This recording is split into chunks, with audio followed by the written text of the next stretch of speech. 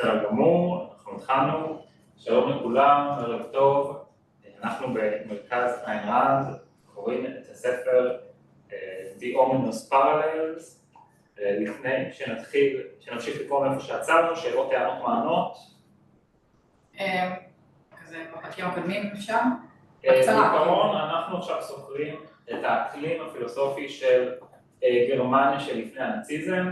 אז סקרנו את גרמניה שלפני רפובליקת ויימאר, את גרמניה של רפובליקת ויימאר, ועכשיו אנחנו ממשיכים, שם הפרק זה תרבות השנאה, ואנחנו רואים תרבות אמוציונליסטית, תרבות ששמה את הרגשות לפני התבונה, שזה לא מה אתה מבין לפי העובדות ולפי השכל, אלא מה אתה מרגיש, ושהרגש הדומיננטי הוא שנאה. מה שמוביל את האנשים בתרבות של רפובליקת ויימאר זה שנאה. ואנחנו מסתכלים גם על האקלים האינטלקטואלי והפילוסופי והתרבותי, ואנחנו רואים שמה שבעצם מאמצים זה מה שמאמצים האינטלקטואלים זה מעין ניהיליזם. זה מה שפיקוף בעצם מנסה להוכיח ממש קרה במפגש שעבר, שהתרבות הגרמנית מאמצת ומחבקת את הניהיליזם, שזה בעצם שנאת הערכים, שנאת האדם, שנאת ההצלחה, שנאת החיים. האם ניהיליזם הוא בהכרח שנאה של כל הדברים האלה, פשוט מעין הסתכלות של מכתוב? של? מכתוב. מה זאת אומרת? כאילו, ניהיליזם הוא לא בהכרח שנאת אדם, שנאת חיים. ניהיליזם זה ממש זה, לפחות בפילוסופיה זה שנאת הערכים, שנאת החיים, שנאת ההישגים, רצון להרוס את זה. זה התפיסה הפילוסופית. היא יכולה, נראה לי שקל לניהיליסט להחזיק בגישה דטרמיניסטית, כלומר האדם נועד להיות חסר אונים ואין לו שליטה בזה ושום דבר לא חשוב, שום דבר לא מעניין, ובואו נסגור את הבסטה. אבל הניהיליסט ככל שנהיה יותר הדוק בניהיליזם שלו, גם ינהל מאבק נגד האדם המצליח, ובו מכשול, ובו מושא לקנאה, מושא לדברים רעים שיש לי לכם. אוקיי, אז אני... אוקיי, אני אספר לך. בועז, בבקשה. Okay. The late 19th century German intellectuals absorbed what all their deepest thinkers had taught them. They caught the essence of the message: reality is out, reason is out, the pursuit of values is out, man is out. And then they looked at the world around them, the Western world still shaped by the premises of the age of reason and the Enlightenment. The intellectuals saw pyramiding scientific and technological discoveries. They saw value-glorifying art animated by an inspired vision of man. They saw purposeful innovators in every field creating unprecedented achievements, men who did not find reason impotent, but who were smilingly confident of their power to achieve their goals. They saw the bourgeoisie and the workers in every social class, accepting only themselves and the remnants of the feudal aristocracy, reveling in the luxuries of an industrial civilization, producing goods and happiness, seeking more of both, refusing to sacrifice the treasures which, for the first time in history, masses of men were able to acquire. The intellectuals saw it, and they knew they had to choose. They had to challenge the anti-mind doctrines they had been taught, or the minds of those who had not yet been indoctrinated. Their alternative was to demolish the view of life bred into their feelings, or the glowing aftermath of the world of the Enlightenment, a world which was to them an alien planet and a reproach. They chose according to their fundamentals and their guilt. They became nihilists. Such men could not create an authentically innovative culture, not while believing that reality is unknowable and that man is helpless. All they could do, aside from resurrecting the irrationalism of the past, was to find their creative outlet in destroying what they saw around them. Their goal and product was a cultural wasteland, reflecting the kinds of ideas they felt they could live with.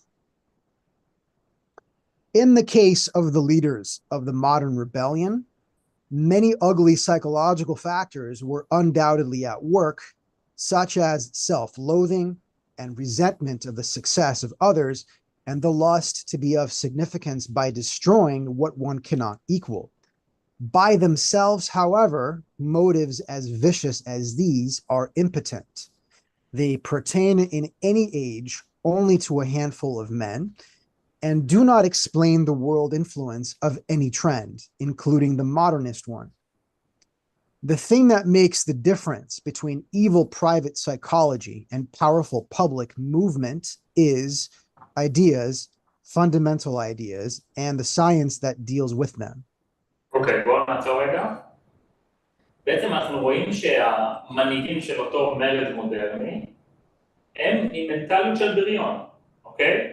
שנאה עצמית, שנאה להצלחה של אחרים, והדרך היחידה לקבל איזושהי משמעות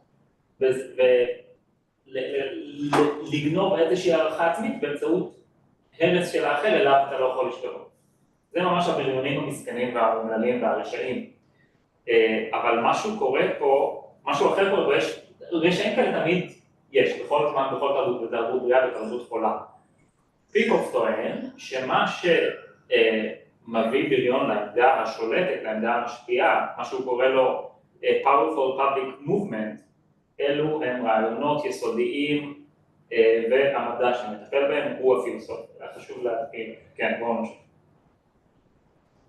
It is philosophy, a certain kind of philosophy, established on the world scene by means of formal, detailed, multi-volumed, universally respected statement, which left certain kinds of men with certain kinds of psychological motives free to bare their souls publicly, and which wiped out the possibility of any effective resistance to these men and motives, first in Germany, the cultural pace setter, then everywhere else.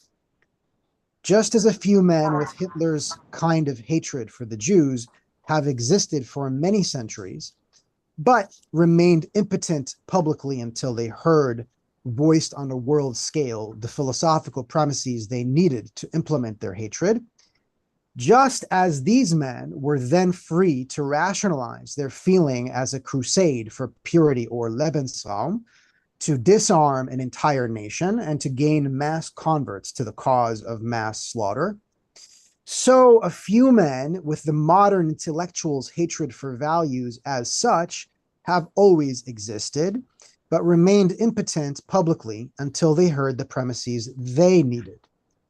The premises freed them to disarm men on an international scale, to rationalize their hatred as modern culture, and to unleash on a cowed, bewildered public a crew of noisy activist innovators dedicated to the cause of mass destruction.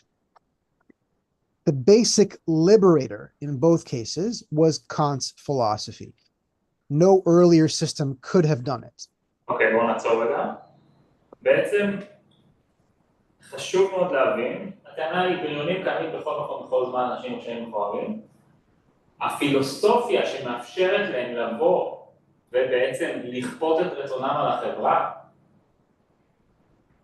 היא הפילוסופיה שמנתקת את החברה מאמצעים לדחות אותם, להתמודד איתם, להתנגד. זאת אומרת, הבריונים האלה למעשה מאמצים את הנחות היסוד הרקובות שחזקות בחברה ורוכבים עליהם, וזה מה שמאפשר להם להגיע לעמדת כוח. זאת אומרת, הפילוסופיה הבריאה מגנה עליהם מפני בריונים כאלה, ופילוסופיה חולה מזמינה את הבריונים האלה להשתלט עליהם. אבל עכשיו אנחנו הולכים לראות את הפילוסופיה של כאן ולהבין מה, כאילו, איך זה מתקשר בעניין הזה. Kant denies this world, not in the name of a glowing super reality, but in effect of nothing, of a realm which is, by his own statement, unknowable to man and inconceivable. He rejects the human mind because of its very nature, while using the same kind of argument against every other possible form of cognition. He regards men, all men, as devoid of worth because they seek values any values in any realm. Kant is the first major philosopher to turn against reality, reason, values, and man as such, not in the name of something allegedly higher, but in the name of pure destruction. He is not an otherworldly thinker, but an anti-worldly one. He is the father of nihilism. The moderate politicians of the Weimar Republic, anxious to combat the irrationalism of the entrenched professorate, created a new university in Hamburg, then elevated to the chair of philosophy Ernst Cassirer, one of the country's top neo-Kantians. This indicates what Germany's leaders grasped about the cause of their plight or about the effects of ideas. The German intellectuals translated Kant's system into cultural terms in the only way it could be done. They created a culture in which the new consists of negation and obliteration. Thus, the new novels, whose newness consists in having no plots and no heroes, novels featuring characters without characterization, and written in language without syntax, using words without reference.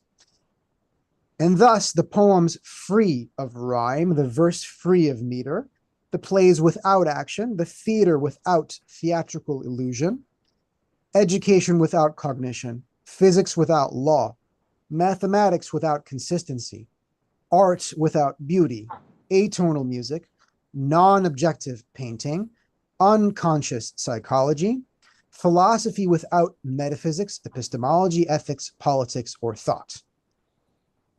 And thus, too, the conservative intellectuals of Weimar Germany, who hated the modernists' hatred and supplied their own brand.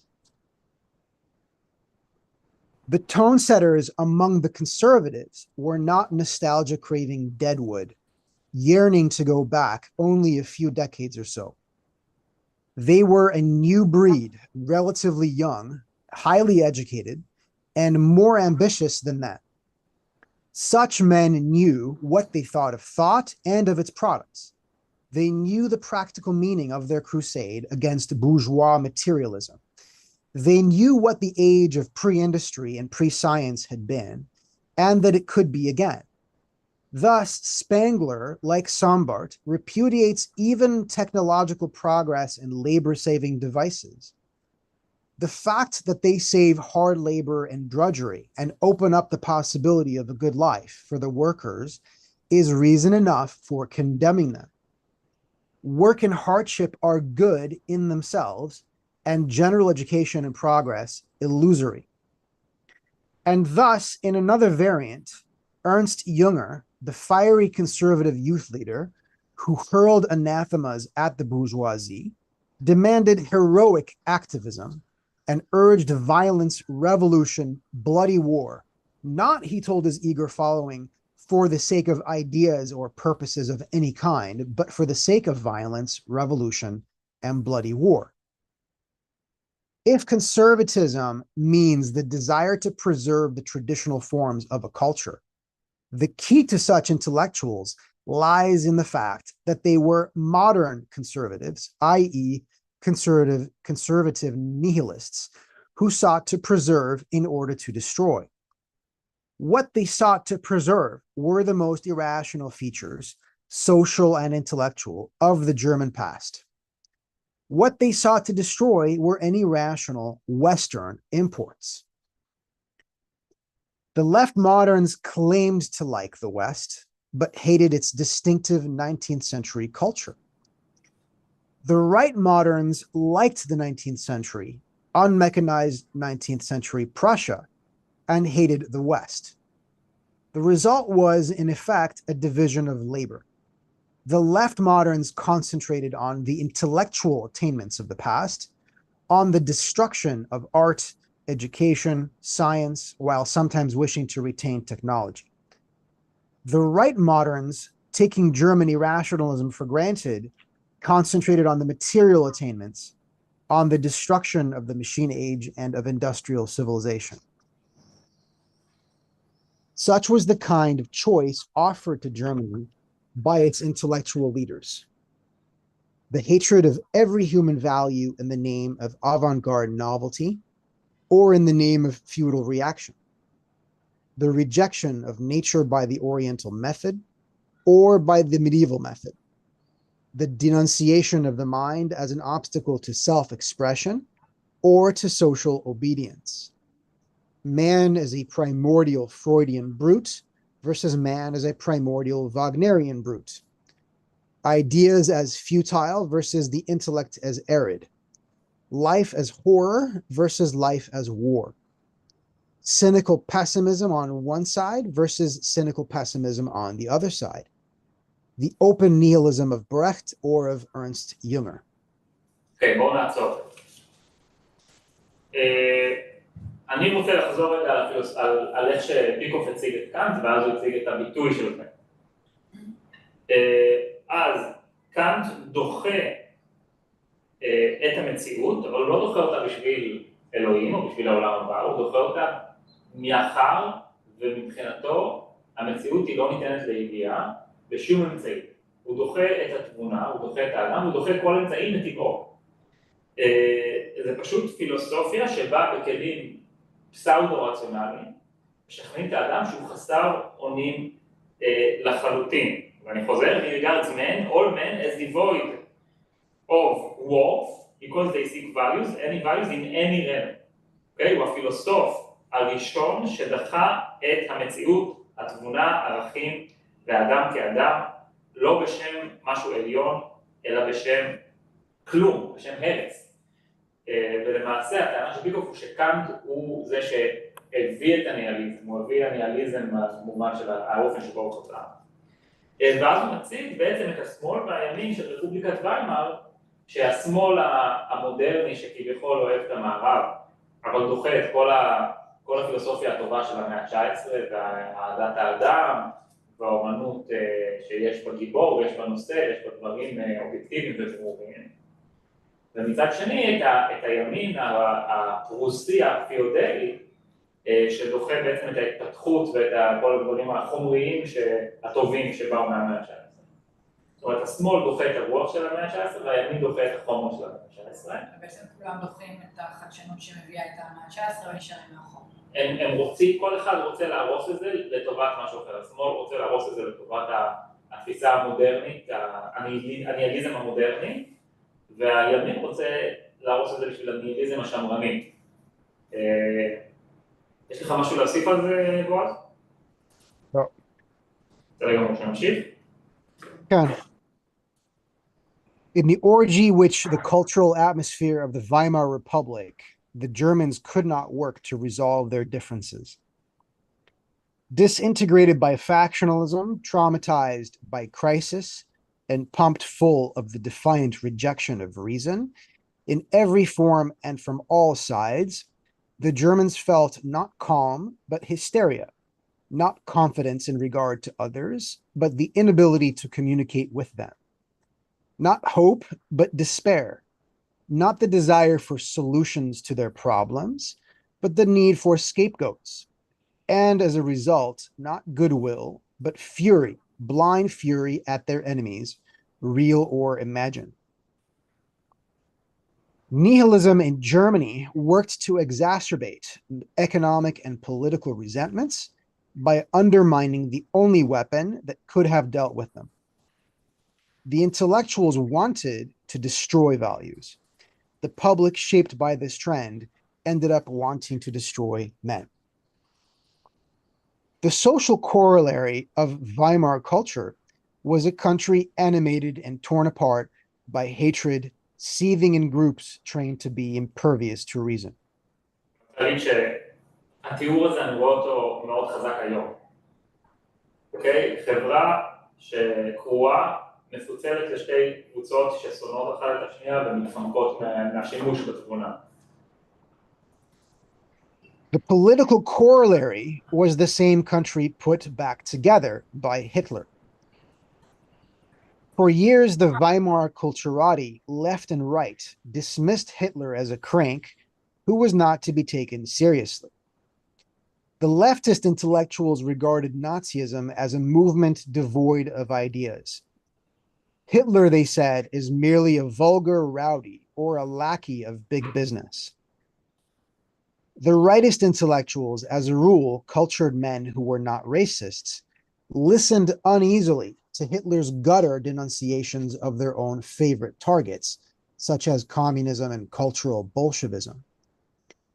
The Nazis, they said, are rabble who are debasing the ideal of a reborn Germany. Both these groups found 1933 inexplicable. How, they wondered, as they stumbled dazedly out of the country or into the concentration camps, could a band of near illiterates have been able to achieve respectability and power on a nationwide scale? Okay, שימו לב, השמאל והימין לא ייחסו חשיבות להיטלר, לא שיערו שהוא יכול לצמוח ולעלות, ובשבילהם זה היה בלתי ניתן להבנה כיצד הוא בעצם השיג את השלטון. זה מאוד ברור, הוא השיג את השלטון. אף אחד לא ראה מן השמאל, אבל הוא פשוט טיפס על כל מי שלא ראה מן השמאל, כי הוא כן ראה. אני חושב, בואו נראה מה הטענה של פיקוף, אני חושב שהטענה היא שהוא בעצם רכב על הטרנדים הפילוסופיים. זאת אומרת, הרעיונית, הוא בא ואמר לאנשים שטופי השנאה והאלו שדחו את התבונה. הוא אמר להם מה שהם תשמע, ותקראי כאילו מה קראנו לפני דקה, איזה חברה אנחנו חיים, איזה חברה זו הייתה. Disintegrated by factionalism, traumatized כן, בסופו של דבר, בחברה פגועה והוא, כולם שמים אחד לשני, הוא בא ואומר, אני יכול לכם, כאילו. לא, זה יותר מזה, הוא רכב על זה, הוא רכב על המצב של רפובליקת ויימאר. על האגו השבור של כולם. על האנשים שטופי השנאה, נטולי תקווה, מיואשים, הם לא רוצים לפתור את הבעיה, הם רוצים סטייקות. זה האקלים שהביא לו את הכוח, והשמאל והימין שניתחו אותו במה שנקרא בסרפס לבל, לא הבינו את העומק של מה שקורה.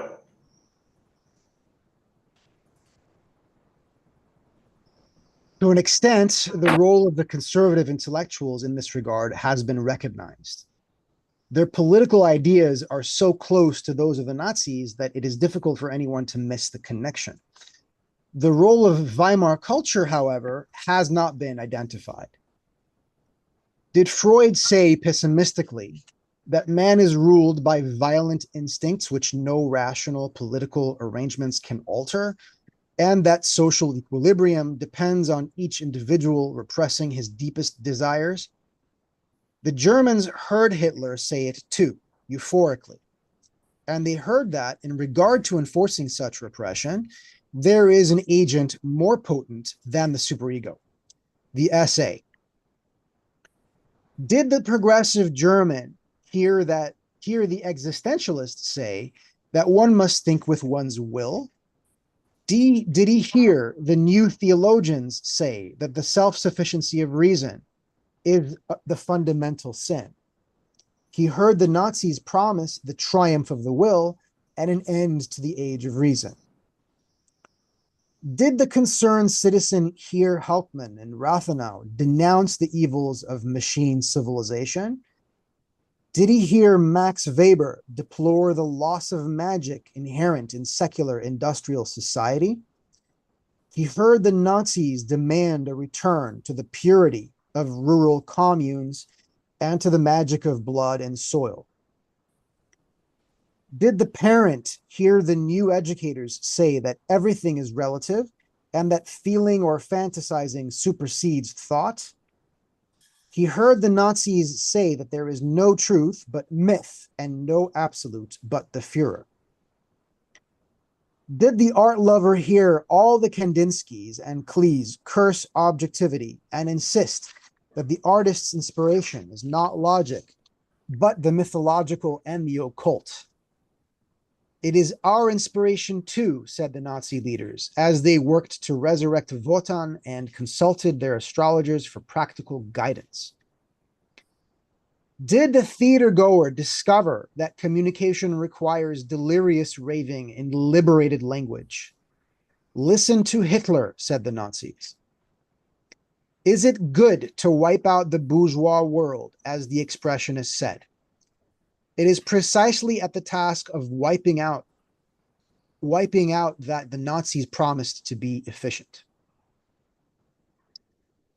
Is it daring to turn life into madness, as the Dadaists said? They were village jokers compared to the Nazis. Is it profound to keep faith with death in one's heart, as Thomas Mann said? It is a faith that the Nazis knew how to keep. The left moderns miscalculated. If nihilism was the standard as they made it, then Nazism was unbeatable, because Nazism is the final extreme of nihilism in a form that was tailored to attract all the major groups in Germany. Hitler denounced some avant-garde details. He raved against cultural Bolshevism. But as he did with Marxism, he unfailingly preached its essence. He differed from the intellectuals only in one tactical respect. He stripped the modernist ideas of their world-weary pessimism and made nihilism the basis of a fantasy projection, promising a new order in which men would rise to unprecedented heights by means of illogic, self-immolation, worldwide destruction, and strict obedience to the Führer. כן, יוצא רגע. יש פה נקודה חשובה, ואני קורא לזה ההתמקדות בצורות שונות במקום להתמקד במהות. אוקיי? היטלר הוא צורה שונה של ניהליזם. הוא לא אוהב את הקומוניסטים, והוא לא, וכאילו, הוא שונה בכל מיני דברים, בכל מיני צורות אחרות של השמאל, וגם זה הדיון, גם אז וגם היום, וזה הדיון מתמקד. דיון, היטלר הוא, אומרים, יש קשור היטלר בכלל היה קפיטליסט, היטלר צנע את הקומוניסטים, אני כל הזמן שומעת אותה, כאילו היטלר היה קפיטליסט. זה מאוד פופולרי. זה שהיטלר שנא קומוניסטים לא הופך... ברור, זה בדיוק העניין. כל מיני דיברות כאלה, יש ויכוח האם היטלר היה ימין, האם היטלר היה שמאל, כאילו הנאציזם והנאצי. והטעות היא שכמו שהאינטלקטואלים של אז, כמו שאנשים שצפו אז ולא יכולו להבין איך שצפים את זה עכשיו, זה שהם מתמקדים בצורה ולא במהות. כן, היטלר הוא צורה שונה של ניהיליזם, ושל קולקטיביזם, ושל אלטרואיזם, אבל המהות היא אותה מהות. יש את המהות הרעה והמרושעת והמחריבה, ויש את המהות הטובה שאוהבת את החיים ומקדמת את האדם וכו'. והיטלר היה בצד המחריב, בצד הניהיליסטי. אבל נכון שהוא היה צורה אחרת. נכון שהדברים בסרפס לבל שהיו שונים מהסרפס לבל של ניהיליסטים אחרים, ושל שמאלנים אחרים ושל ימנים אחרים. אבל האידיאולוגיה הבסיסית, ושנאת הערכים, שנאת האדם ושנאת החיים, והאמוציונליזם הזה של השנאה, ולחפש את מי להאשים במקום איך לפתור את הבעיה, והרצון להחריב ולהרוס, וכל מה שראינו גם של הדדאיזם ושל קנדיסקי ושל החינוך הפרוגרסיבי הזה וכולי, והשנאה לציביליזציה וכאילו החזרה לתל, כל הדברים האלה, הם היו קיימים בתרבות והוא רחב על הדברים האלה.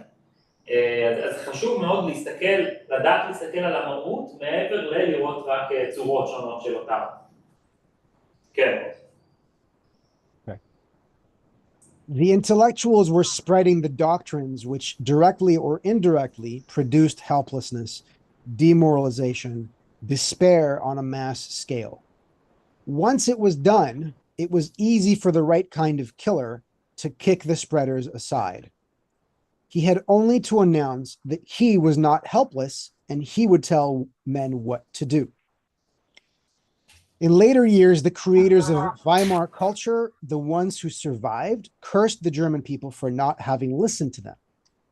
The tragedy is that the people had listened. אוקיי, אז אנחנו סיימנו בעצם את הפרק, את החלק של כושר of hatred, סיימנו לקרוא על רפובליקת ויימאר, ובעצם אותם ערכים שהיטלר רכב עליהם, ואנחנו הולכים להמשיך בפרק שנקרא The Killers Take Over, בעצם על עליית הנאציזם. לפני שאנחנו ממשיכים, בואו נראה אם יש איזה שאלות, טענות, מענות, משהו, אם בואו אז יש לך אולי משהו להגיד בנושא. אין מה להוסיף. ליבה בן שיקי. למשל מה? כאילו, זה פשוט, יש כאן נושא מאוד מאוד רחב.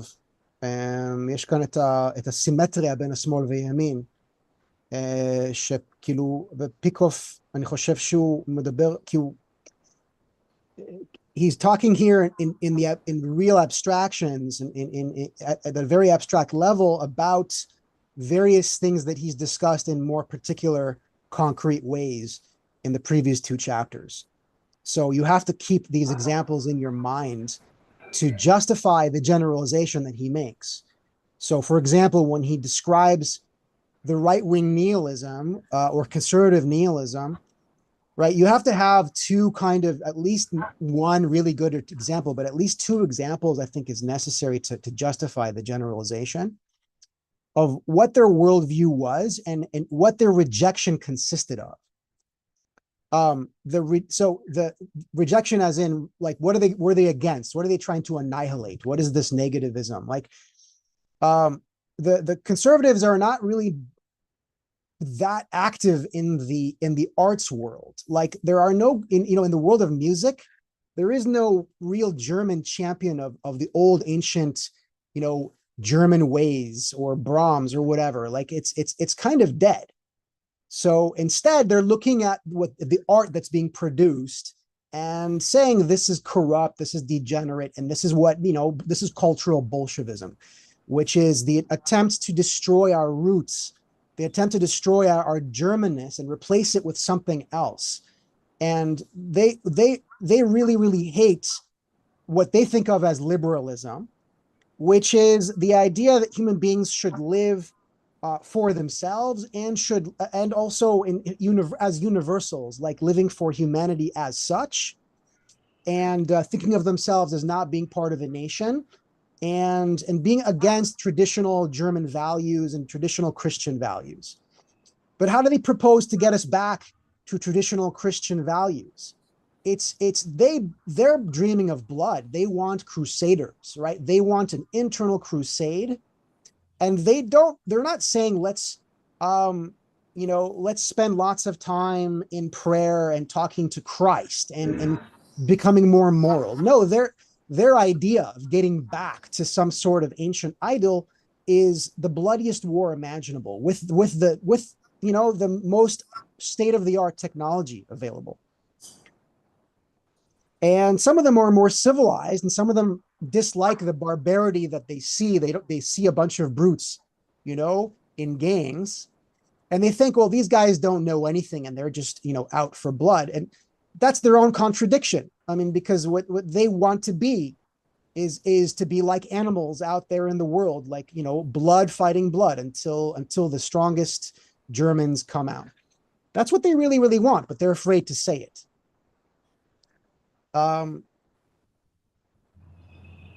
I don't know. So, like, you have to have a little bit of a biographical sketch or some psychological sketch of these people and what their motives are in what they're doing.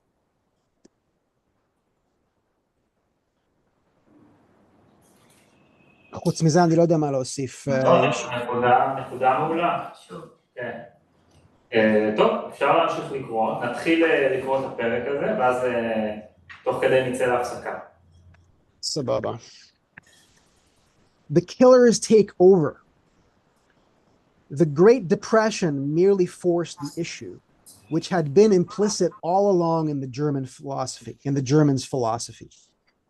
Economic catastrophe in Germany was, in effect, the last link in the long chain of ideas and events, and a catalyst, which gave Hitler a real opportunity for the final cashing in. The catalyst worked because the nation was already ripe for Hitler's kind of cashing in. If a man long addicted to a toxic drug suffers sudden convulsions and then dies from them, one might validly say that the convulsions were the cause of the death, so long as one remembers the cause of the cause. The same is true of a country addicted to a toxic ideology.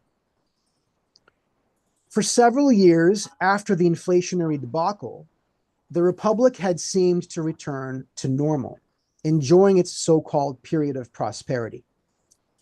It was a shaky, foredoomed prosperity built on credit and quicksands. בואו נחזור רגע. אוקיי, אז פה בהתחלה של הפרק אנחנו בעצם מציגים פה איזושהי טענה, ואז פיקוף הולך להתייחס אליה, והוא אומר, השפל הגדול הוא לא סיבה יסודית ומהותית לעלייתה של המפלגה הנאצית, הוא היה קטליזטור, הוא היה אירוע משבר טלטלה, שאפשר למפלגה הנאצית to cash in על הפילוסופיה הנוראית שהציבור החזיק בה כדי לרכב עליה ולהשיג כוח. אוקיי, הוא אומר, כמו שאדם שמכור לסמים, ואז מת מאיזשהו סיבוך רפואי, אז אפשר להגיד, כאילו, אפשר להגיד, הוא מת מהסיבוך הזה, כל עוד אתה מכיר בזה שהדבר היסודי שהביא אותו משם, זה שהוא מכור לסמים והרס לעצמו את הבריאות.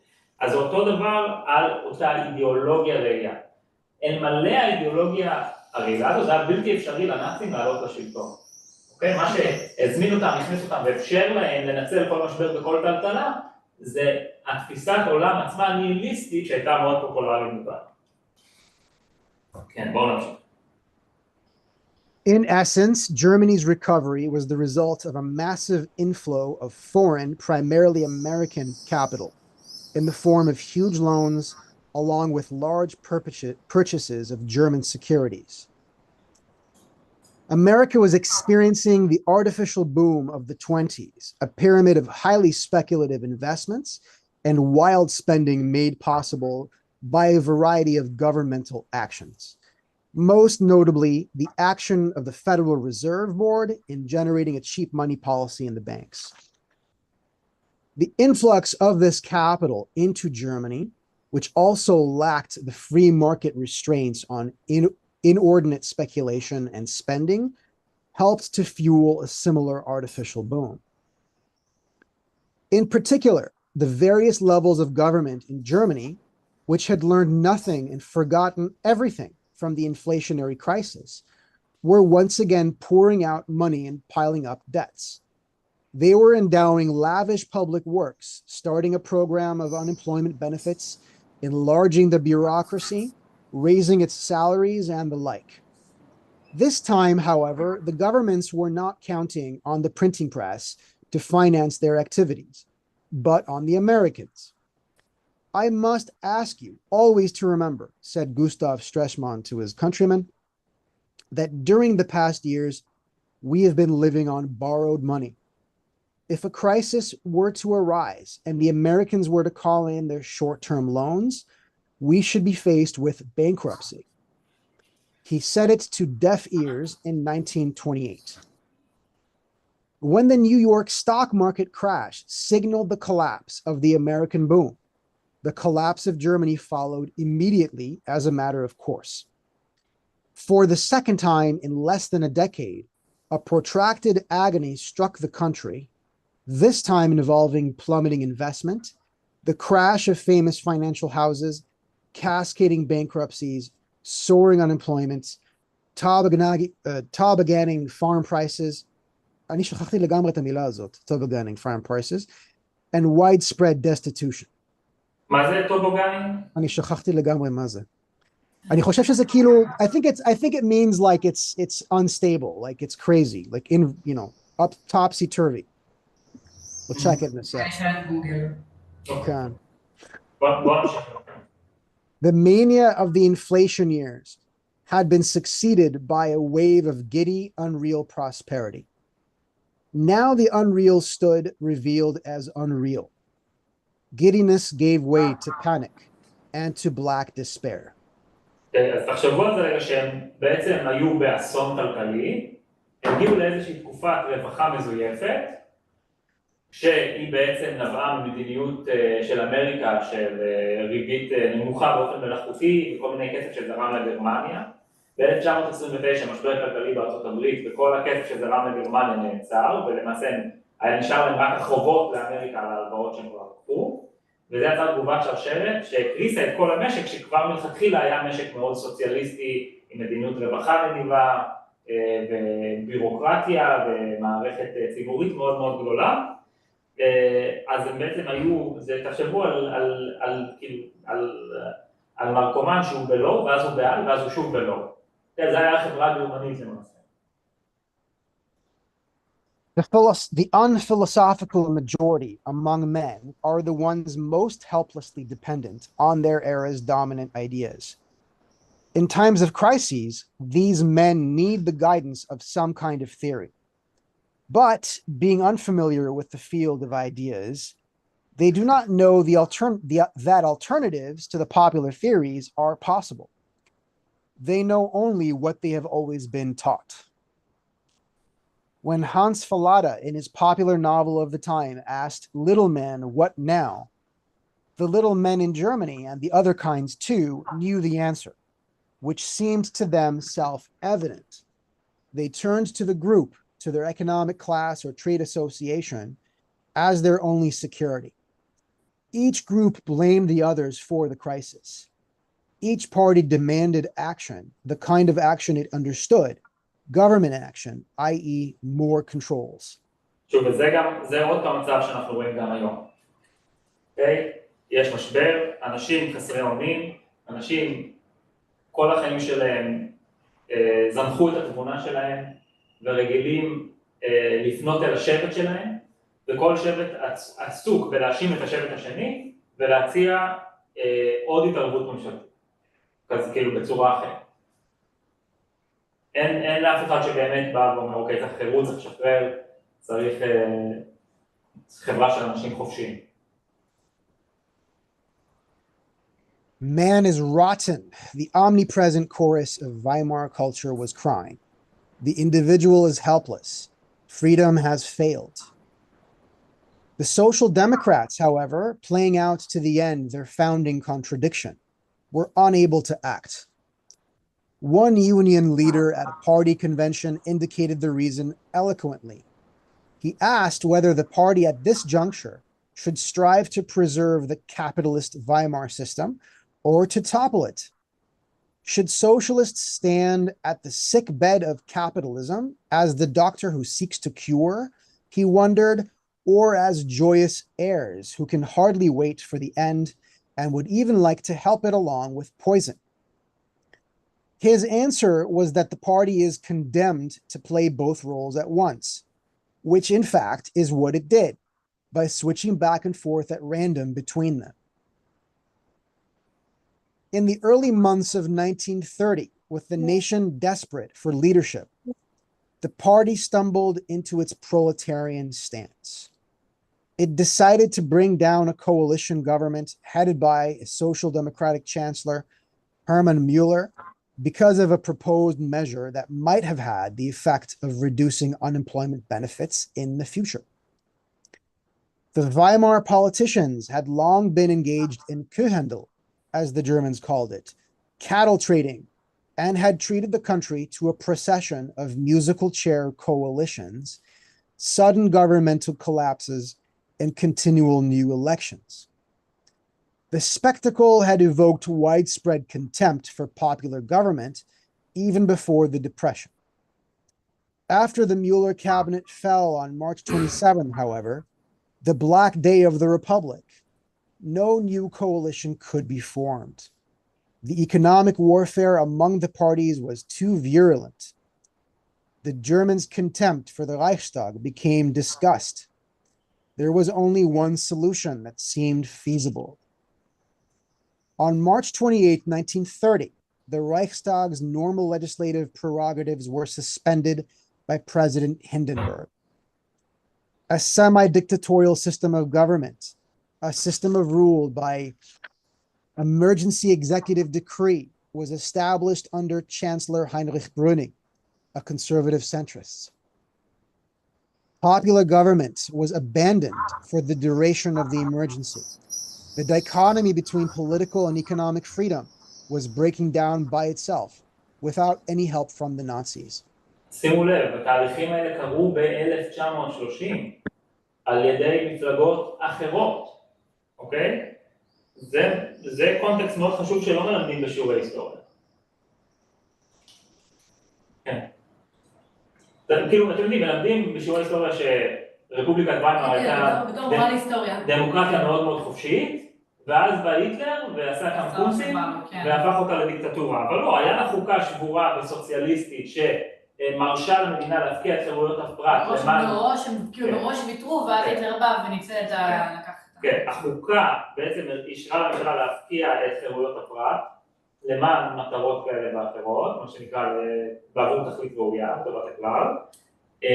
היה לה את כל העניין הזה של תקנות שעת חירום גם כבר היה שם, ונוצל לרעה, וכבר בשנות ה-30 הפוליטיקאים, בין אם זה סוציאליסטים ובין אם זה פוליטיקאים של המרכז, כבר ב-1930, כלומר עוד לפני היטלר. כן, כבר אז הם השתמשו בכלים האלה כדי להפוך את רפובליקת ויימאר למעין שלטון רודני, כזה או אחר.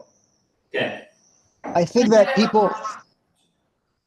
think people generally justify this treatment of the Weimar freedom having instantly collapsed by reference to the one thing that matters to them in terms of liberalism, which is not having censorship, right? So Weimar is at the time it's a place where, unlike the US even, unlike England, unlike France, unlike most places, right? It doesn't really prosecute writers. It doesn't prosecute poets. It doesn't prosecute theater goers for going to an indecent play. They got rid of the idea of indecency. So this was really radical. And for people who are mostly kind of, humanistic in their orientation, like their understanding of history is limited to that.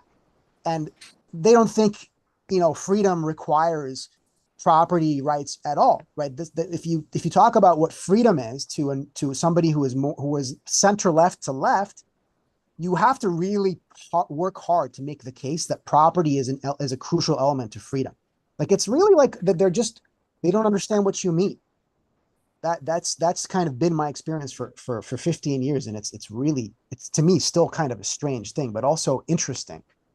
Like it makes arguing about what liberty is in relationship to the economy and to property and to individual freedom, it makes it really quite interesting because it's a point of entry. It's like if you can convince somebody of that, then you can start to change their ideas about what republicanism is, or what it that how the economy is really a crucial element in talking about what freedom is.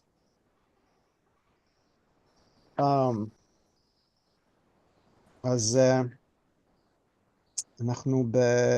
regard to methods, yeah.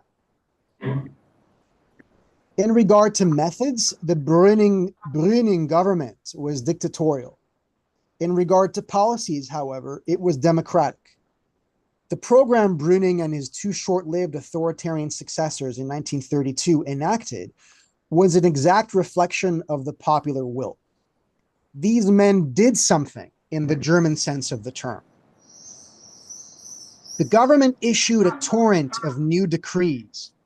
It raised the tariffs, the taxes, the unemployment insurance premiums.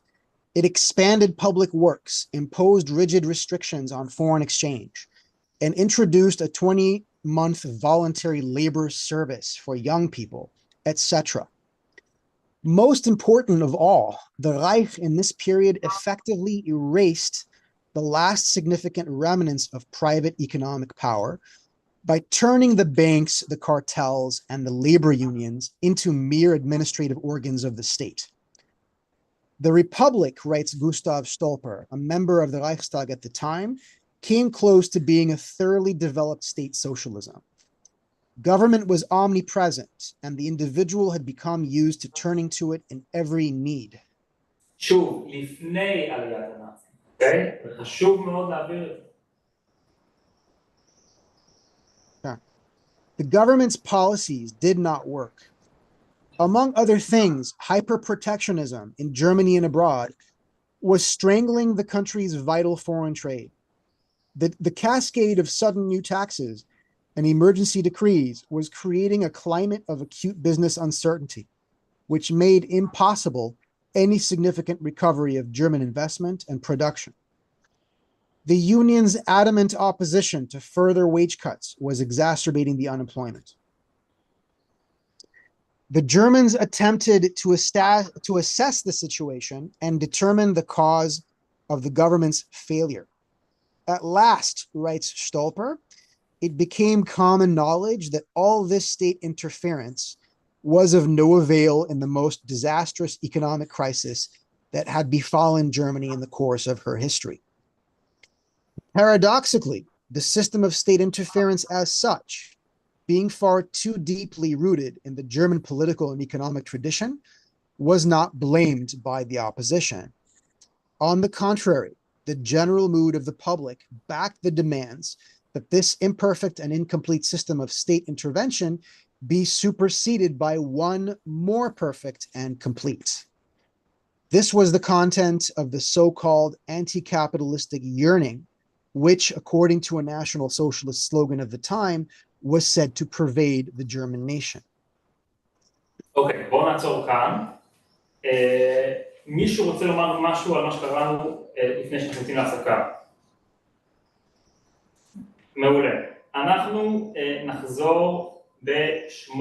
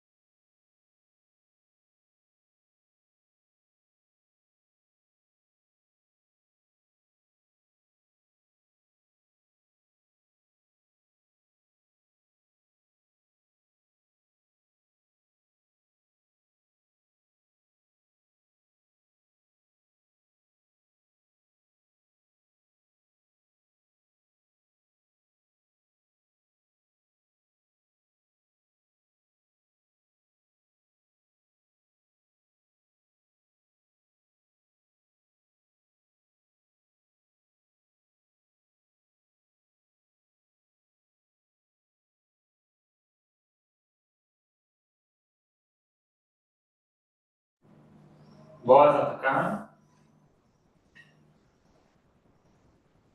כן, אני איתכם, אהלן. בוא תחזיר את הוידאו, מעולה. אז אנחנו ממשיכים מאיפה שעצרנו, מתחילים חלק חדש בפרק, The Killer's Takeover.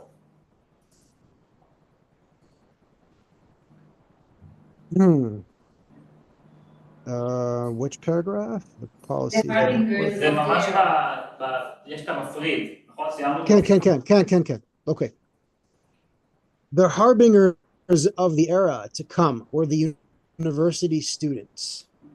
Well before the rest of the country, these young intellectuals turned for guidance to the self-declared party of youth, whose leader was promising a revolt of the coming generation against all that was senile and rotten with decay. In the student elections of 1929, the Nazis won a majority or plurality of the vote at 19 universities. Hitler's off-campus support at the time was still insignificant. Many Germans were not yet reconciled to the Nazi manners. The students, however, placed content above form, i.e., ideals above social graces. Their ideals were instinct, sacrifice, and hatred of the Western enemy and of the bourgeois system. One German observer noted in these youths a strange connection between revolutionary mutiny against authority and blind discipline toward the Führer. In fact, the students were mutinying against the Republic not because it stood for overbearing authority in their eyes, but because it stood for freedom. They regarded even some shaky fragments of an individualist way of life as selfish materialism. What they wanted was service to a social cause they could accept as noble, and when they found the cause's spokesman, they were ready to bow obediently. זה ממש, גם זה ממש מחזיר אותי למגרש שאנחנו רואים היום. גם פה בארץ. בכל העולם. בארץ זה פחות, כאילו מראש אנחנו נוטים ימינה, כולם, במידת מה. כן.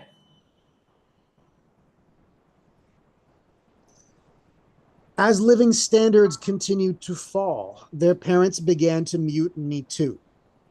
Hitler offered people leadership, an end to class warfare, a final solution to the problems of the mixed economy, and to each group his special protection. These were the practical inducements. He also offered what had won the campuses, idealism, as all understood the concept. In the September 1930 Reichstag elections, the first nationwide result of these promises leaped into view.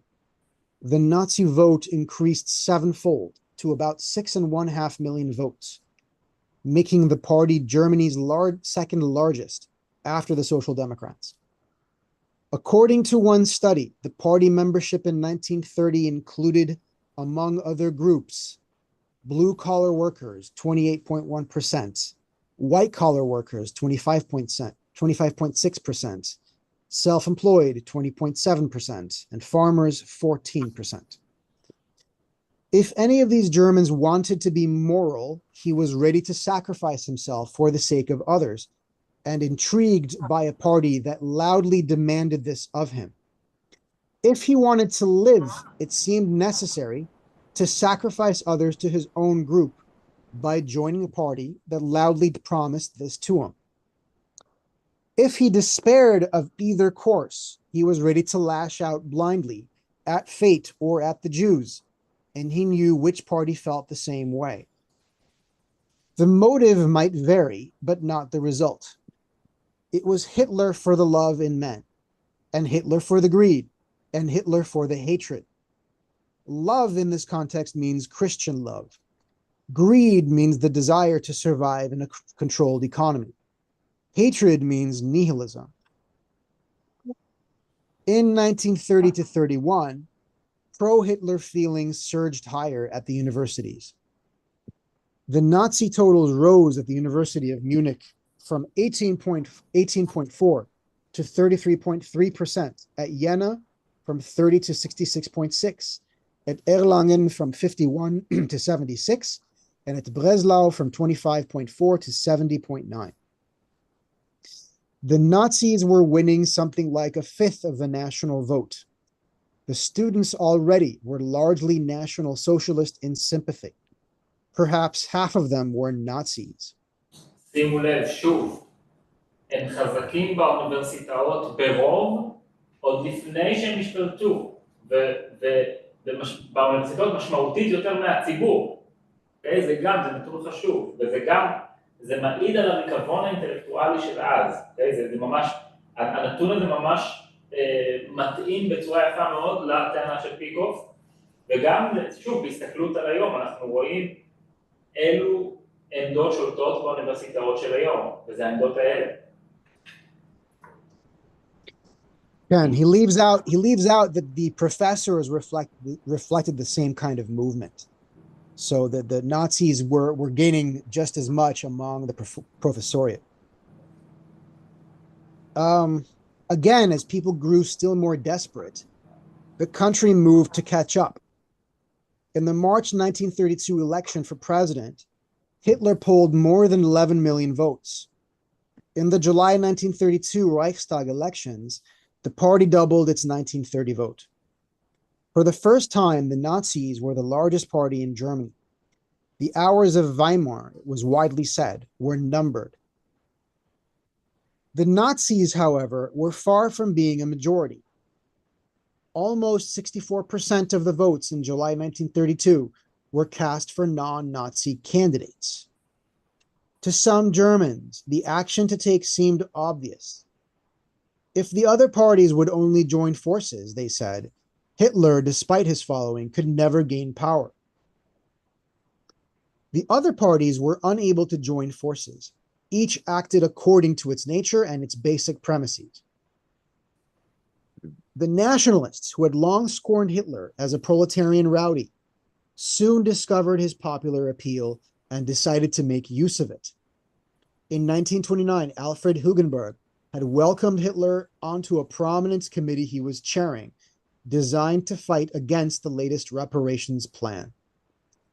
For Hitler, writes historian Erich Feig, it was a major triumph to be thus received into proper society. When this mighty leader of the German nationalists accepted Hitler, the man who had previously been rejected and despised by decent people, many Germans felt obliged to take Hitler seriously and to forget his record of misconduct. Thereafter, the nationalists made money available to Hitler, joined with him in a powerful united front, the Augsburg Front of October 1931, backed him in a presidential runoff election, April 1932, and at the end were eager to serve in the first Nazi cabinet. We see in National Socialism the German liberation movement, explained one ardent Lutheran pastor, which we would profess even were it to be led in the name of the devil. It would be quite safe, said Hugenberg, to let Hitler become chancellor, because the cabinet would be filled with traditional conservatives who would keep him in line. In this way, said Hugenberg, we will box Hitler in. The communists, too, wanted to use Hitler. Time after time, their deputies voted with the Nazis in the Reichstag. They voted against legislation designed to cope with emergencies, against measures designed to curb violence, against the attempt to maintain in office any kind of stable government. The communists even agreed to cooperate with Nazi thugs. In November 1932, for instance, the two mortal enemies could be observed standing comfortably, shoulder to shoulder on the streets of Berlin, collecting money to support a violent strike by the city's transportation workers. When Hitler's fortunes seemed to be faltering for a time in 1932, a stream of anxious Nazis poured into the ranks of the communists. The Germans watching said that a Nazi is like beefsteak, brown on the outside, red on the inside. Soon, however, the traffic was in the opposite direction. There is more that binds us to Bolshevism than separates us from it, said Hitler to Rauschning. There is, above all, genuine revolutionary feeling, which is alive everywhere in Russia, except where there are Jewish Marxists. I have always made allowance for this circumstance and given orders that former communists are to be admitted to the party at once. The petit bourgeois social democrat and the trade union boss will never make a national socialist, but the communist always will. In the final months, the communists viewed the growing Nazi strength with equanimity. The triumph of Nazism, they said, has been ordained by the dialectic process.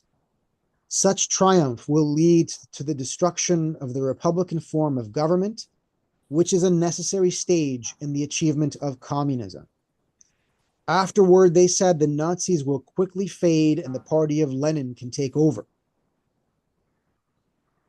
In July 1932, despite the machinations of the Nazi nationalist communist axis, the two main Republican parties, the centrists and the Social Democrats, were still holding about 40% of the electorate. The Democrats, having lost their following, were virtually extinct. So was the People's Party. The centrists during the Depression were stressing to the nation's Catholics the urgent need for a moral reawakening to consist of anti-materialism, social consciousness, faith, and discipline. The party was also seeking an emergency alliance with like-minded groups so as to form a bloc for public order. In this regard, party leaders did not hesitate to be specific. Repeatedly during 1932, they called for a strong national government in tune with the interests of the people and including the National Socialists. The responsibilities involved in sharing power, the centrists said, would channel the Nazis into more temperate paths and would tame Hitler. The Social Democrats, meanwhile, were being tamed in another way by Chancellor Franz von Papen. In July 1932, using only a token armed force, he ousted them illegally from the government of Prussia. The party leaders understood that this group, if uncontested, would mean the loss of their last bastion of strength. But they observed the swelling ranks of the Nazis and communists, the Prussian police and the German army brimming with nationalist militants, the millions of unemployed workers, which made the prospects of a general strike bleak. And they decided to capitulate without a fight, lest they provoke a bloody civil war they had no heart to wage and little chance to win.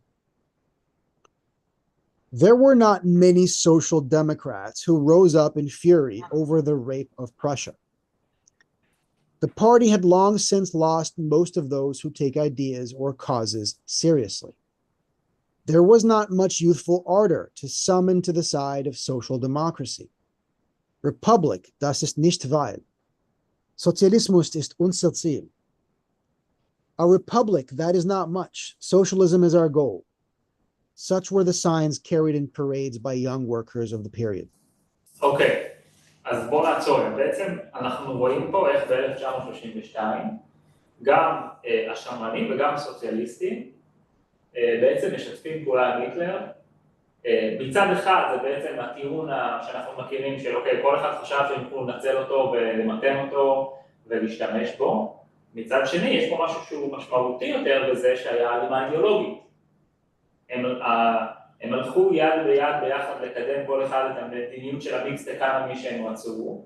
ועם הקומוניסטים זה בכלל היה שותפות כזאת שהם ממש במרכאות נלחמו כתף על כתף, לרבות ההשתלטות שהם עשו על פרוסיה, ושלא זכתה לכזה גינוי רחב, כמו שאנחנו יודעים, זה די החליק בגרון בעצם הגרמנים.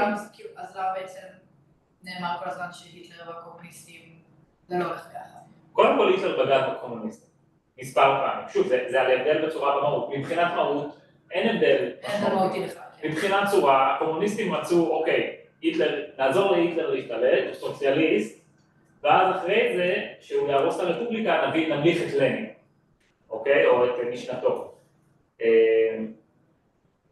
אבל זה מה שנאמר כאן, שבעצם הם באו מורה, שניהם סוציאליסטים.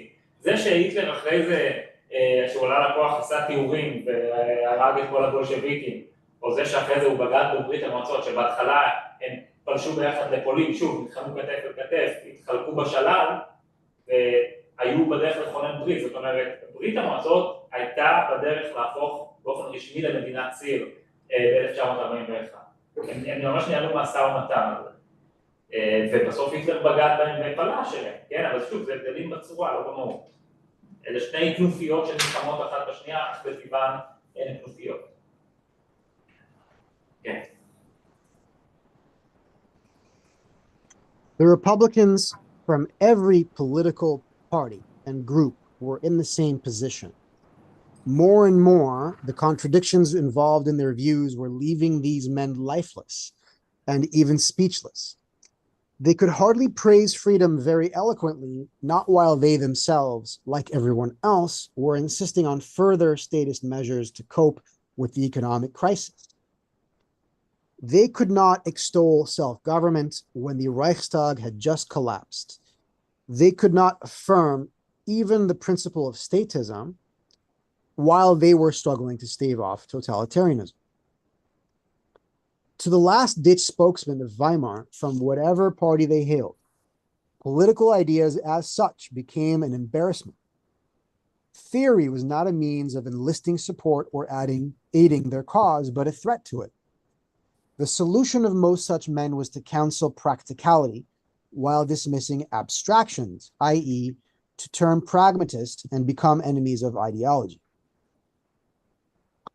We must get away from the unfruitful controversy over the terms capitalism and socialism, said Chancellor von Papen in a July 1932 radio address designed to rally the country. Instead, he said, Germany should be guided by a moral principle. General utility comes before individual utility. The principle is right, answered the Nazis, and it means the end of the Republic.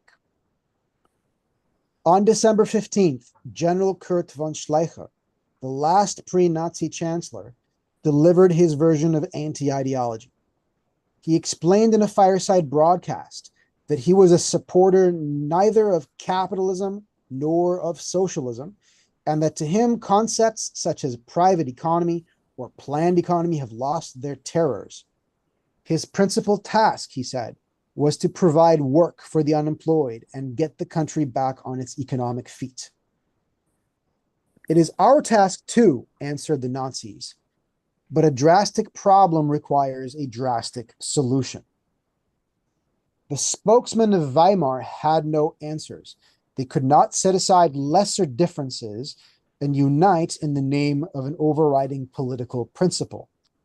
Having rejected ideology, they acknowledged no such principle. They could not suggest any alternative to the Nazi plan for a Führer state. They had no definite idea to communicate except a gingerly fear of definite ideas. The totalitarians knew what they stood for. The non-totalitarians stood for nothing, and everyone knew it. Democracy has no convictions, sneered one of the Nazis. Genuine convictions, I mean, for which people would be willing to stake their lives. The symptoms of the end. Yeah. בעצם יש פה, אני רוצה לדבר רגע על הפרגמטיזם, אוקיי? בעצם ב-1932 יש לנו כל מיני קאנצלרים, והם היו במצב כל כך נורא, כתוצאה מכל מה שראינו במהאקלים הפילוסופי, שהמדיניות שלהם הייתה פרגמטיזם, זאת אומרת, בואו נתמקד במה שעובד, כלומר, אידיאולוגיה היא האויב שלהם. הם למעשה דוחים רעיונות ככלל. ואז כל פתרון שהם מציעים, באים הנאצים אומרים, כן, אנחנו גם רוצים להיות כאלה פרקטיים, אבל לנו יש אידיאולוגיה. לנו יש הסברים לדברים שאנחנו רוצים לעשות, עזבו שזה הסברים נוראים ומתחוללים. אבל הם בהלימה עם הפילוסופיה הפופולרית. הפרגמטיזם אידיאולוגי. רגע, שנייה. או שהאידיאולוגיה פרגמטית, כאילו. המצב ב-32 זה שההנהגה הלא נאצית היא פרגמטית. כלומר, בואו נהיה פרקטיים ולא נתעסק באידיאולוגיה.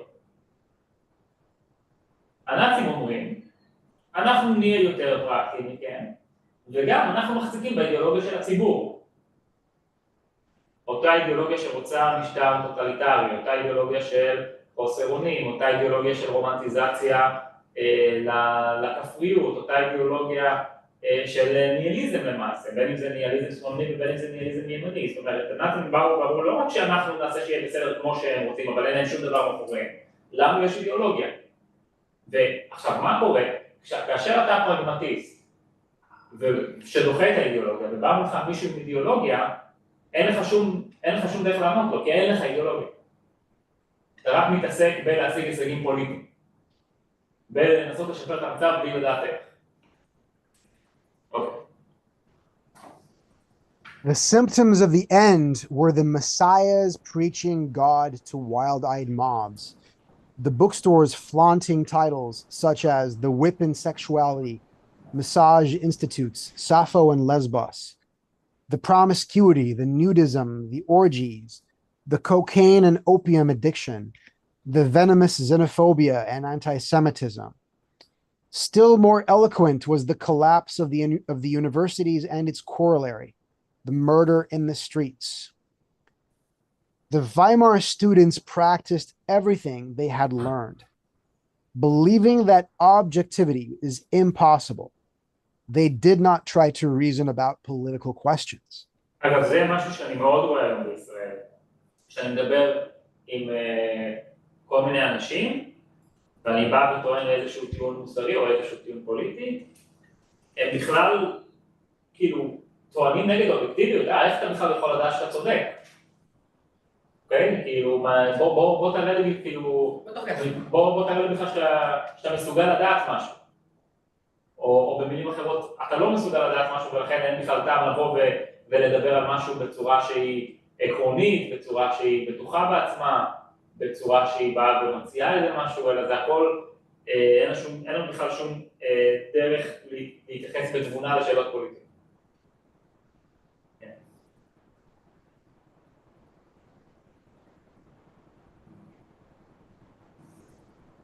אנחנו believing that a man is nothing in the face of the community.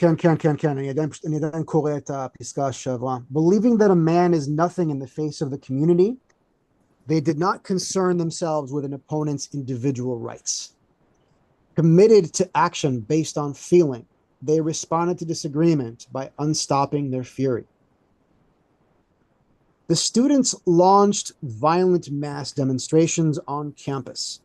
They invaded the classes of unpopular professors. They gathered in jeering mobs outside lecture halls. They rushed hotly into head-smashing brawls, and they coolly instigated bloody riots, both of which soon became routine at the German universities. כן, שוב אני חוזר, תחשבו מה קורה באוניברסיטאות באמריקה. When the defenders of one besieged professor appealed to the authorities for help, the Prussian Minister of Education, a social democrat, promised that he would not give in, that the professor had the full protection of the government. The excited students committed excesses in the lecture building, prevented students who wanted to attend from coming to classes by bodily force, and got away with it. The professor was given leave of absence for an indefinite time. The students who had wanted to stand up for him were threatened and ill-treated. The student rebels defended their actions by claiming that the universities must serve the people, and therefore must be transformed into agents of revolution. The rebels dismissed the view that a university should uphold freedom of thought. They rejected free thought. Fundamentally, they rejected it on the grounds that thought as such is a waste of time. The universities could not survive the assault for long. They bowed to the rebels' demands. They ceased being centers of learning during the Weimar years. The agents of enslavement had not been Hitler, but their own students. The faculties, the administrations, the authorities, and the press explained to the country that the universities were not enslaved and that the students were victims. I remember Germany and Austria in the late 20s and early 30s, writes an American who served in the US Embassy in Austria. The idealistic youth broke up classrooms, invaded university campuses, broke shop windows. The liberals of Berlin and Vienna sprang to the defense of the youth. They labeled any police action against them as brutality. One of the phrases used to describe the idealistic German youth by editorial writers and educators, believe it or not, was the culturally deprived. When they broke windows of Jewish shops, the liberals, even intellectual Jews of Germany and Austria, said, "How else shall they show their resentment?" Most of the shops just happened to be owned by Jews. Hitler was soon equipped to show his resentment too. In 1930, the SA had numbered upwards of 60,000 men. A year later, it had grown to about 170,000. By late 1932, it reached at least 400,000. Increasingly, especially at election times, savage physical battles erupted throughout the country between young Nazis and young communists. The weapons used ranged from fists and knives to grenades and bombs. The toll of dead and wounded became a commonplace, which was reported by the press in the manner of automobile accidents or the weather. Many Germans begged the government to restore order. The student rebels and the professorial defenders had, however, been a microcosm. The new youth are saturated with hatred, Heinrich Mann had observed as early as 1922. But the older generation has a bad conscience and never punishes them. All protests, all threats and actions of the young are directed against the older generation and its way of life. The old note all this carefully and give them even more freedom of action. If shots are fired, they frown and wait for the next shooting. They go to the theater and warmly applaud the plays about the most popular of subjects, parricide. The older generation, liberal and conservative alike, was squirming with guilt. It was disarmed by the fact that while it disapproved of the street thugs' actions, it agreed with all their basic premises and ideals. The Social Democrats had opposed the communists in the post-war upheavals, but had been and still were loath to confront or denounce them. Now the law-abiding rightists were caught too. Though they actively disliked the gangs of idle, brawling stormtroopers, they were unable to condemn or resist men whom they themselves regarded as idealists. שוב, יש פה עוד מגמה שאנחנו רואים היום, שזה אנשים שנותנים אישור מוסרי לאלימות, על אף שהם מגנים אותה על פני השטח, מאחר והאלימות הזו נעשית בשם רעיונות שהם תומכים בהם. ואפשר לראות את זה בתרבות המחאות. תרבות המחאות שמאפשרים לאנשים לחסום כבישים, להשתמש בכוח וזה, כי הם מקדמים רעיון שהוא יפה בעיניהם. כי הם מקדמים רעיון נקודה. זה לא שזה יפה לא יפה. בשם אותו חופש, כביכול חופש ביטוי, מאפשרים את זה. לא עד כמה הרעיון של לחסום כבישים נגד גיוס חרדי בצה"ל, היום בכל, לא יודעת אם יצא לך לנסוע לכביש אחד ויוצא לך. לא, אבל דווקא, בוא נגיד את זה ככה, מי שרוצה לגייס חרדים כועס על המחאות. אבל מנגד הוא תומך במחאות נגד הממשלה, או למען... לא בהכרח. אני רואה מלא קולות כאלה, אני רואה הרבה אנשים שהרבה דמויות, נגיד מאוד מאוד חזקות בתקשורת ובטוויטר, שהיה מחאות נגד הממשלה, אמרו יופי, כל הכבוד, ושיש מחאות של החרדים, הם מתעצבנים, מתמרמרים, כועסים.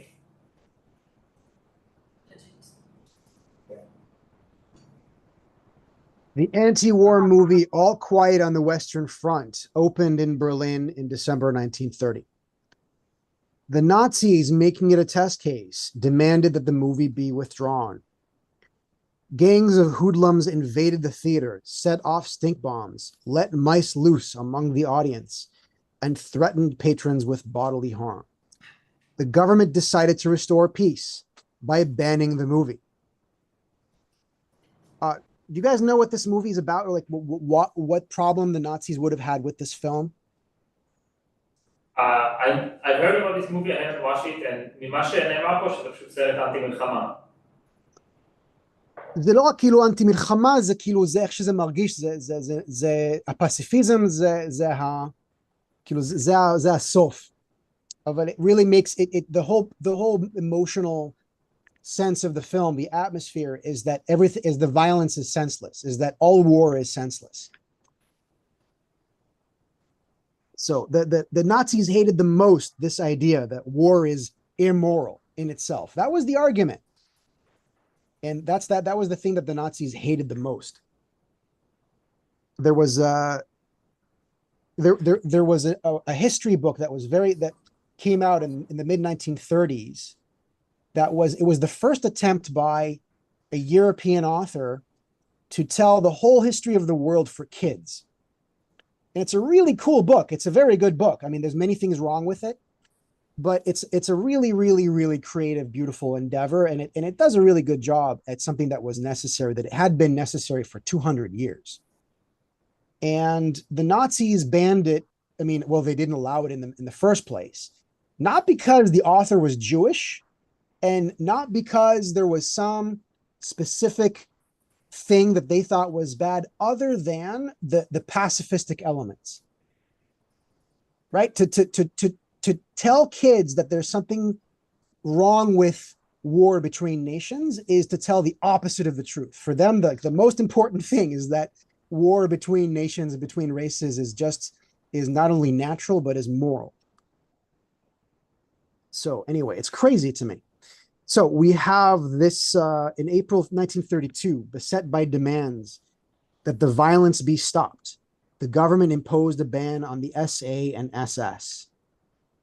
But on June 15th, after a deal between Chancellor von Papen and Hitler, who promised his toleration of the latest cabinet, the ban was lifted. A wave of political violence and murder, such as even Germany had not previously seen, immediately followed. In Prussia alone, between June 1st and 20, there were 461 pitched battles in the streets, which cost 82 lives and seriously wounded 400 men. On August 9th, 1932, the government decreed the death penalty for those convicted of political murder. The next night, a band of Nazis invaded the home of a communist worker in the Silesian village of Potempa and stamped him to death, kicking his larynx to pieces. When the killers were arrested, tried, and sentenced in accordance with the new law, Hitler responded with threats and demonstrations. On September 2nd, the government gave its answer. The death sentences were commuted to life imprisonment. The killers were freed by Hitler the next year. The civilized men in the country did not know what to do. In the words of one historian, the moderates voiced desperate appeals to reason, but their techniques were distinctly out of tune with the wild emotionalism that seemed to have gripped a large part of the nation. The civility cherished by the civilized men had finally been defeated by their ideas, although they did not know that this was the cause. After years of preaching contradictions and of evading principles with an anti-ideological shrug, these men were astonished to see the nation conclude that man cannot live by principles, that reason is no guide to action, and that anything goes. After years of institutionalizing interest group warfare, which they had justified as sacrifice or collective service, these men were astonished to see hostile gangs take to the streets and demand one another's sacrifice. After years of undercutting the mind by preaching the primacy of gentle feeling, whether progressive or religious or skeptical, these men were astonished to find that irrational feeling is no counter to wild emotionalism. After years of spreading or condoning or subsidizing the cult and culture of nihilism, the civilized men were astonished to find that they had nothing more to say and that there was no one left to listen. The moderates were helpless. The authorities were helpless. The killers were taking over. On January 30th, 1933, after due attention to every requirement of German law and of the Weimar Constitution, the Nazi rule was made official. אוקיי, שאלות טענות מענות עד עכשיו. בואו נמשיך. The Weimar culturati could not, they said, endure the 19th century world, but they could triumph over it. Within their own sphere, they could act like the god of an ancient legend in reverse. When they had extinguished the stars and the earth was once again without form and void, when they had remade the living soul of man in their image, after their likeness, when they had breathed into his nostrils the breath of anti-life, when they saw everything that they had made, and behold, it was ruins, ruins in astrology and word salads and toilet training and diseased lungs, then they knew that their triumph had been completed, and they were prepared to rest from all their work. When the seventh day came, however, they found that something inexplicable had grown up in their garden of ruins. At first, they could hear only distant howls and approaching steps. It took a while before they were able to see the thing, but at last they recognized the face of Adolf Hitler. כן, אנחנו נעצור כאן. כך, סיימנו עכשיו בעצם את הפרק של The Killer's Takeover. הפרק הבא הוא Hitler in Power, ממש על השלטון הנאצי עצמו. שבוע הבא לא יתקיים מפגש העמקה, אבל יהיה בעצם, אתם מוזמנים לבוא לפה ונקיים ביחד זום עם ניקוס. איזה כיף. כן, כן. והוא הולך בעצם לעשות שיחה לכבוד מלחמת ששת הימים, זה הרי עוד שבוע, זה יהיה קרוב ליום השנה. זה היה 6 עד 11 ליוני, נכון? 6 עד 11, וביום שני יהיה 8, כן. כן, ביום שני זה 8 ביוני. כן, זה כיף, נבוא. כן, וזה נקרא, תוכנית נקראת When Israel Dare to Win, על 1948, 1956 ו-1967, על המלחמות ועל הזווית שלו במלחמות האלה. אז אתם מוזמנים להגיע, זה פתוח לתורמי המרכז. אנחנו נוציא על זה פרסום מחר, וזהו. תודה רבה, תעשו לייק וסאבסקרייב.